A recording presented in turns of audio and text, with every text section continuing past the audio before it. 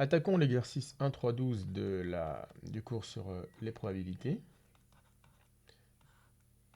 Voilà un exemple des probabilités composées. L'énoncé est le suivant. Nous avons une urne dans laquelle il y a une boule blanche et une boule noire. Et on tire une boule. Si la boule tirée est blanche, on la remet dans l'urne et avec, on rajoute une boule blanche. Et si la boule tirée est noire, là l'énoncé ne dit pas vraiment ce qui se passe, on la remet et sous-entendu on peut continuer. Maintenant, la question de l'énoncé, c'est de donner la probabilité de tirer la première boule noire au énième tirage. Donc, vis-à-vis de l'énoncé, tout ce qui va se passer après ce énième tirage, une fois qu'on aura tiré une boule noire, n'a plus d'importance. C'est pourquoi parfois cet énoncé se trouve sous cette forme. Lorsque l'on a tiré une boule noire, on s'arrête. Donc, considérer qu'on s'arrête dès qu'on a tiré une boule noire ou que l'on veut juste savoir quand est-ce que la première boule noire est tirée, c'est pareil. Ça ne changera pas notre modélisation. Alors, comment modéliser les choses? Déjà, nous allons donner des noms aux événements. Lors du tirage numéro K,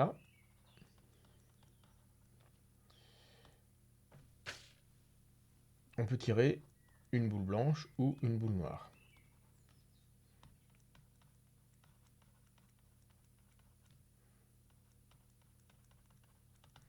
Donc on va noter l'événement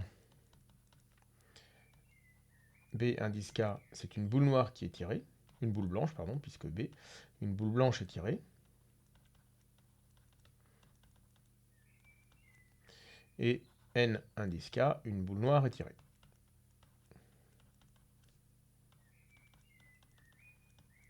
Et puis nous allons donner un nom à l'événement dont nous cherchons à calculer la probabilité. Nous allons appeler pour un entier n non nul, AN, et l'événement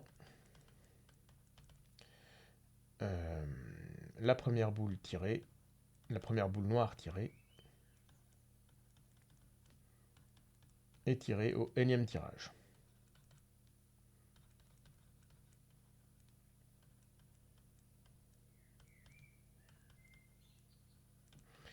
Donc, de manière assez claire,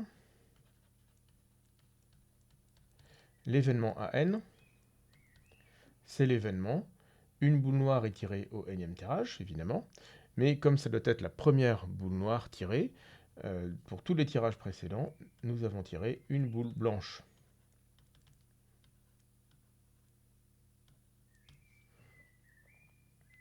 Alors, ici, dans l'énoncé, il est indiqué que petit p indice n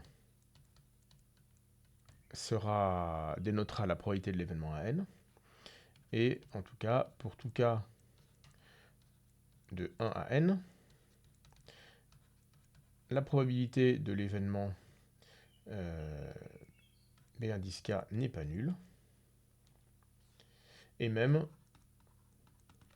la probabilité de l'intersection B indice n-1 jusqu'à B indice 1 n'est pas nulle. Et à nouveau, si après tout ça, on a encore une probabilité non nulle de tirer une boule noire. Donc nous pouvons utiliser la formule des probabilités composées.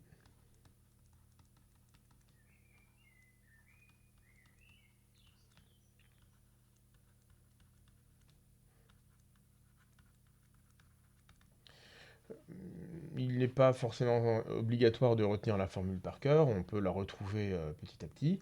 Ici, petit pn, c'est donc la probabilité d'obtenir une boule noire au dernier tirage, en sachant que nous avons obtenu des boules blanches sur tous les autres tirages, multiplié par la probabilité d'avoir en effet obtenu des boules blanches sur tous les tirages précédents. Donc ça, c'est la première étape de la formule des probas composées.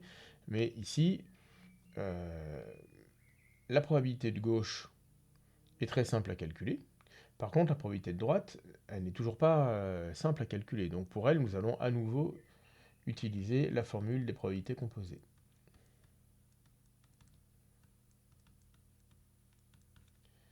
Et pour cela, nous allons les décomposer comme ceci. C'est la probabilité de tirer une boule blanche au n-1e tirage, sachant que nous avons tiré des boules blanches au tirage précédent, fois la probabilité d'avoir tiré des boules blanches sur tous les tirages précédents. Donc, par une récurrence que nous avons vue en cours, qui n'est pas très compliquée, nous arrivons à cette formule-là. C'est la probabilité de tirer une boule noire au énième tirage, sachant que nous n'avons eu que des boules blanches avant, fois le produit pour k allant de 1 à n-1 de la probabilité de tirer une boule blanche au n-kème tirage, en sachant que nous n'avons tiré que des boules blanches du premier tirage jusqu'au n-k-1e tirage. D'accord.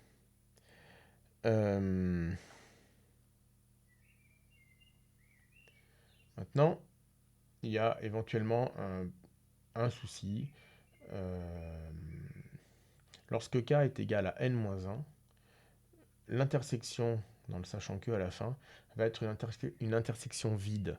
Donc il y a deux possibilités. Soit on considère que cette intersection vide est égale à tout l'univers, et donc que P de B1, sachant l'univers, c'est P de B1. Maintenant ici, l'univers, on ne l'a même pas défini très précisément, et on ne va pas le faire. Donc pour éviter ces problèmes, on peut aussi éviter le problème en disant que la somme s'arrête à n-2, et après cette somme, après ce produit, pardon, pas une somme, un produit, on rajoute la probabilité de B1. Voilà cette formule. Et maintenant, tous les membres de ce produit sont simples à calculer. Donc, on peut commencer par le premier membre.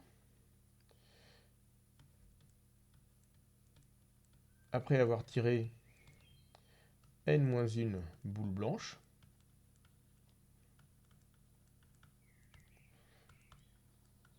l'urne va contenir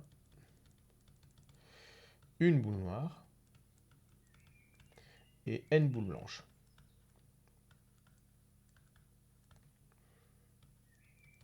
Donc, la probabilité de tirer une boule noire, sachant que nous n'avons tiré avant que des boules blanches, est égale à 1 sur n plus 1, puisqu'il y a n plus une boule au total. Alors, on ne l'a pas dit au début, c'est toujours mieux de le dire. Remarque, nous utilisons la probabilité uniforme,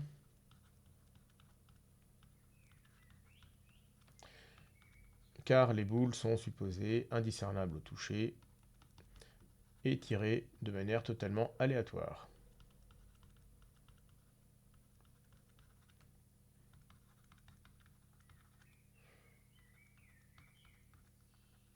Mais c'est le cadre habituel dans ce genre d'exercice. Donc de même, après avoir tiré n-k-1 boule blanche,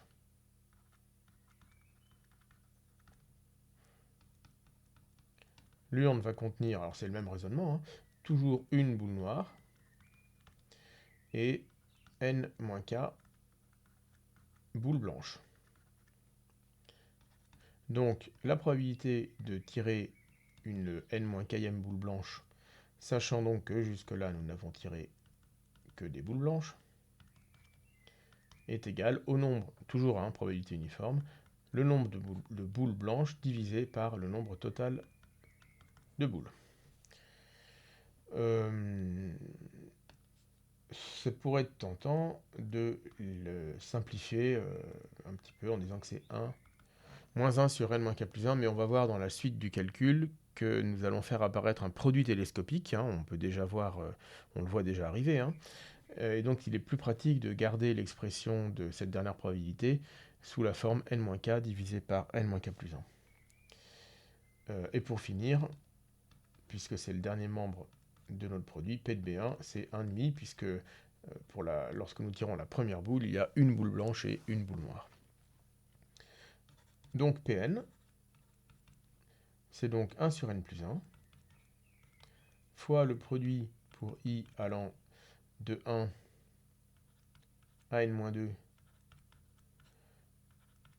dn-k sur n-k plus 1, fois 1 demi. Alors là, on peut simplifier un peu tout ça. On peut faire rentrer le 1 demi dans le produit, puisque ce 1 demi correspond à la valeur de n-k sur n-k plus 1 pour k égale n-1. Et puis, c'est plus simple aussi de faire un changement d'indice. Donc là, c'est toujours Pn. 1 sur n plus 1 fois le produit pour i allant de 1 à n-1 des k. Ah ben alors attendez, parce que depuis tout à l'heure, je mets un produit sur i, alors que c'est évidemment un produit sur k. Donc je vais corriger les indices tout de suite.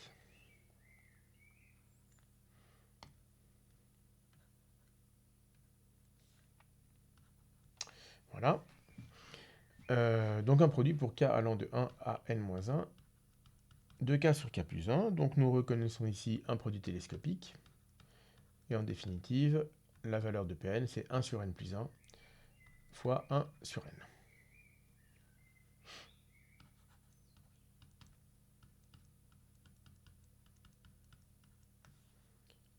Voilà pour la valeur de Pn.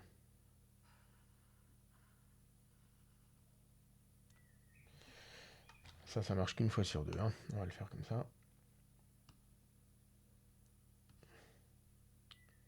Voilà, donc après nous avons une dernière question. On demande la valeur de la somme de toutes ces probabilités quand n tend vers plus l'infini. Ce qui est alors c'est une série, donc on a vu suffisamment de choses sur les séries pour y répondre. Maintenant, poser cette question.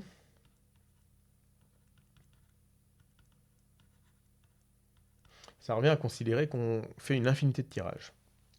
Et avec une infinité de tirages, en dessous, il y a un univers infini. Et ça, c'est pas au programme en sup. Donc, on a une petite pirouette en sup, on considère qu'on fait un nombre fini de tirages, petit n, et on regarde ce qui se passe à la limite quand n tend vers plus infini. Bon, ça pose pas un gros problème.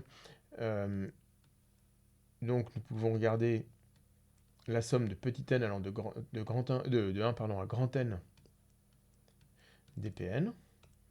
C'est un calcul hyper classique, puisqu'on reconnaît une fraction rationnelle que l'on sait décomposer. C'est un peu la fraction rationnelle de base. Et à nouveau, c'est télescopique. Bon, maintenant, c'est une somme télescopique dont la valeur est égale à 1 moins grand N sur n plus 1. Et quand grand N tend vers plus infini,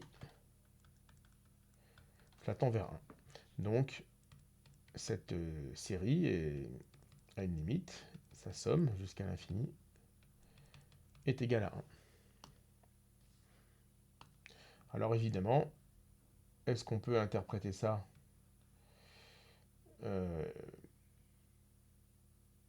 expérimentalement? Oui, puisque dire que cette somme tend vers 1, ça revient à exprimer que il est quasi sûr que lorsque l'on fait de plus en plus de tirages, à un moment donné, nous allons finir par tirer une boule noire.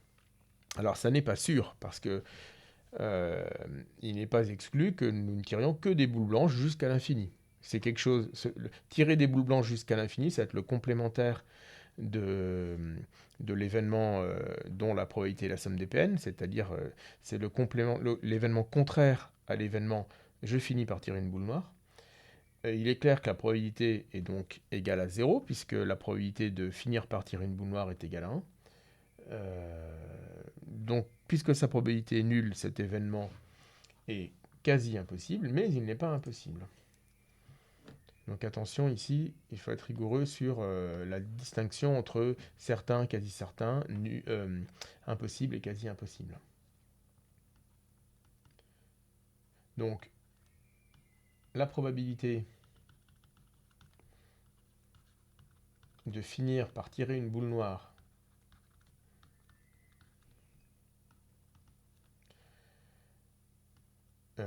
est égal à 1.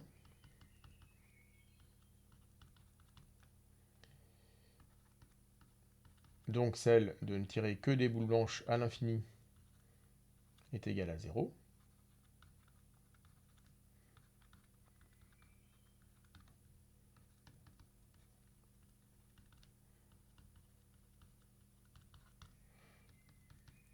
Il est quasi sûr qu'une boule noire finira par être tirée.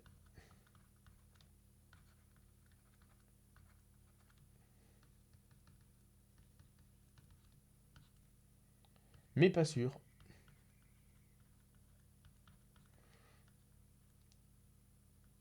Car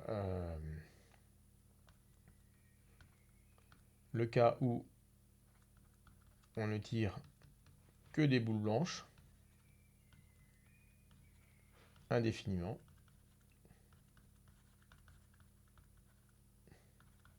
peut se produire.